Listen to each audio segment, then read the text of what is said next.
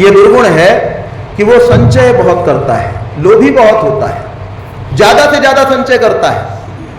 एक मुख्यमंत्री महोदया के घर में छापा पड़ा, मैं नाम नहीं लूंगा, उनको नाराजगी थी इस बात की कि मेरे घर में ये इनकम टैक्स का छापा पड़ा है, मैं देख लूंगी जिन्होंने डलवाया है उनको।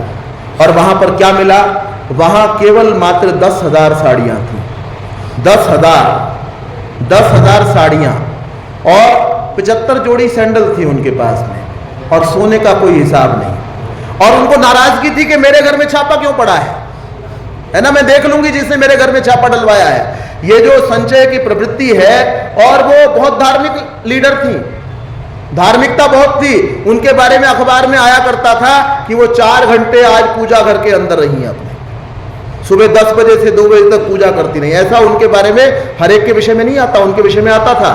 तो ये पूजा करने वाले धार्मिक लोग, इनके घर के अंदर, अच्छा एक मैं ऐसा विचार करता हूं, मेरे पास अगर 20 कुर्ते हो जाए कभी, तो 20 कुर्ते याद ही नहीं रहते, 2-4 कोई उठा करके 10,000 साड़ी में से कोई 1,000 उठा करके ले जाए, क्या पता चलेगा, कौन याद रखेगा अपने दिमाग के अंदर। अच्छा उसको पहनेगा कैसे आदमी, 10,000 साड़ी को आदमी कब पहनेगा, एक दिन में 10 साड़ियां पहनेगा क्या, कैसे कब आप उसको पहनोगे, क्यों आपने रखी हुई है। तो ये जो संचय की भावना है, ये संचय की जो प्रवृत्ति है, इसको वेद का मंत्र कहता है छोड़ देना चाहिए। इसको न छोड़ने के कारण से मेरे और आपके विश्व के अंदर, इसके अंदर सारे के सारे जो विकार आते हैं, ये बहुत सारे विकार संचय की भावना से आते हैं, गृध्र की वृत्ति से आते हैं, ये गीध की वृत्ति से आते हैं। एक विचारक इस बात को लिखता है कि जब खेत के अंदर एक वर्ष में 1 या 2 फसल हुआ करती थी, उस समय में हर व्यक्ति के पास खाने पीने के लिए जैसा कैसा थोड़ा मोटा अनाज था। जब फसल जो है 1 या 2 एक खेत में होती थी, फिर वैज्ञानिक कृषि का युग आया और हम उसी खेत में से एक ही वर्ष में अनेक फसलें लेने लगे। तो उस समय वो लिखता है कि दुनिया के अंदर भूख से मरने वाले लोगों की संख्या बढ़ गई, ये हमारा विकास हो रहा है। और उसके बाद वो लिखता है कि समय था जब चरखे के ऊपर सूत काटते थे, और चरखे पर सूत काटने के बाद में घंटों में जाकर के 1 आध मीटर कपड़ा तैयार होता था एक चरखे से। फिर हमने जाकर के सूरत में देखा, वहां पर बड़ी बड़ी मशीनें लगी हुई थी, और उन मशीनों के अंदर 1 घंटे के अंदर सैकड़ों मीटर कपड़ा बन करके तैयार हो रहा है। उसी समय हम देखते हैं कि दुनिया के अंदर निर्वस्त्र लोगों की संख्या भी बढ़ गई है, खाद्यान्न बढ़ते हैं, उधर भूख से मरने वाले लोगों की संख्या बढ़ती है, और इधर जो है कपड़ा बुनने की स्पीड आपकी बहुत बढ़ रही है, और उधर निर्वस्त्र लोगों की संख्या बढ़ रही है। जब सब लोग एक मंजिला मकान में रहा करते थे, एक झोपड़ी बना करके रहते थे, तो हर आदमी के पास अपना सिर ढकने के लिए कोई ना कोई छत थी, जहां कहीं बना करके अपनी झोपड़ी रह लिया करता था। उसके बाद हमने कानपुर में जाकर के देखा, सहारनपुर में जाकर के देखा, मुंबई में, न्यूयॉर्क में, कैलिफोर्निया में जाकर के देखा, एक मंजिल के ऊपर दूसरी, दूसरी के ऊपर तीसरी, 150-150 मंजिलों वाले मकान हमने देखे।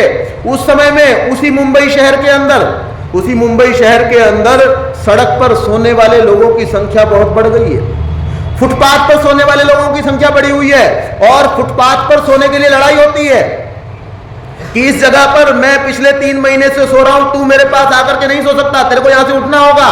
और उन फुटपाथ पर सोए हुए व्यक्तियों के ऊपर कोई सलमान खान नाम का व्यक्ति आता है और गाड़ी चला करके चला जाता है शराब पी करके, एक आदमी की मृत्यु हो जाती है, और उसके 100 गवाह होते हैं, 100 गवाहों में से 99 गवाह मर जाते हैं, और जो एक गवाह बच जाता है वो पागल करार दे दिया जाता है।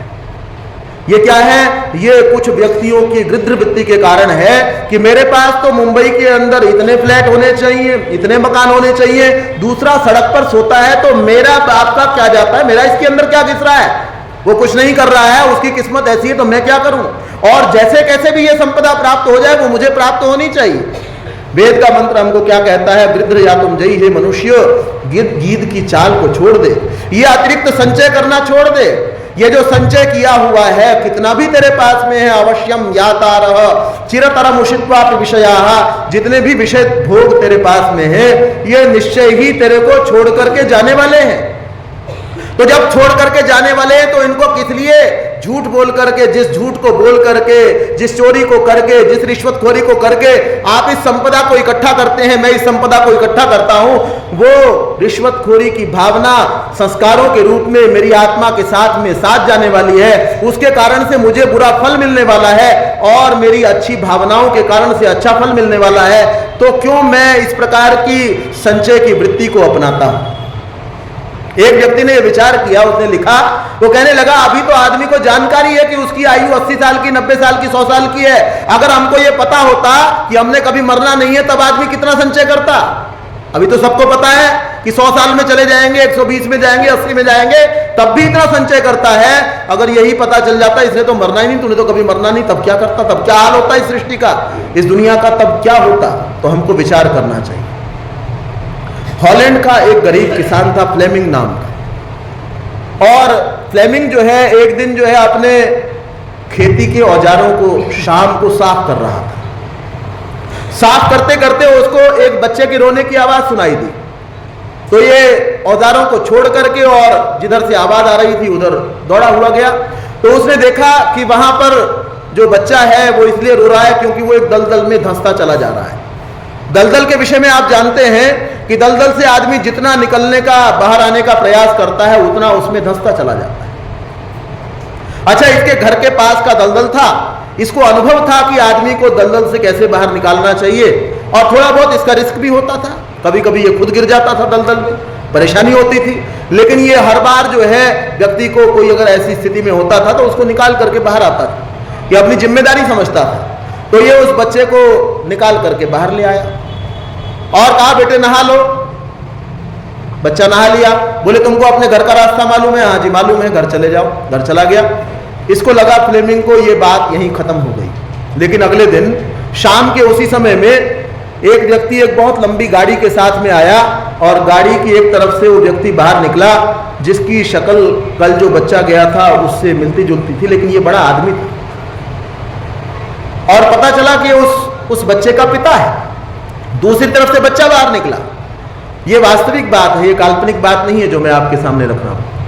और ये बच्चे ने अपने पिताजी का परिचय फ्लेमिंग के साथ में, किसान के साथ में करवाया। और ये पिता कहने लगा जी कल आपने मेरे बच्चे को बचाया था, ये मेरा इकलौता बच्चा है। बोले हाँ ठीक है, आपने बताया, अच्छा लगा आपसे मिलकर के। बोले मैं आपको कुछ पैसे देना चाहता हूं। कितने पैसे? कि इतने पैसे जिससे आप आराम से अपनी जिंदगी बिता सकें। तो ये किसान कहता है, फ्लेमिंग कहता है, जी मैं इसके पैसे नहीं ले सकता। बोले आपने मांगे थोड़ी है, आपने थोड़ी मांगे, मेरे पास आप नहीं आए कि बच्चे के साथ मेरे घर भी आ सकते थे आपने मांगे नहीं, मैं अपनी इच्छा से देना चाहता हूं। तो आपको लेने में दिक्कत क्या है, क्या परेशानी है? तो कहने लगे परेशानी बहुत बड़ी है।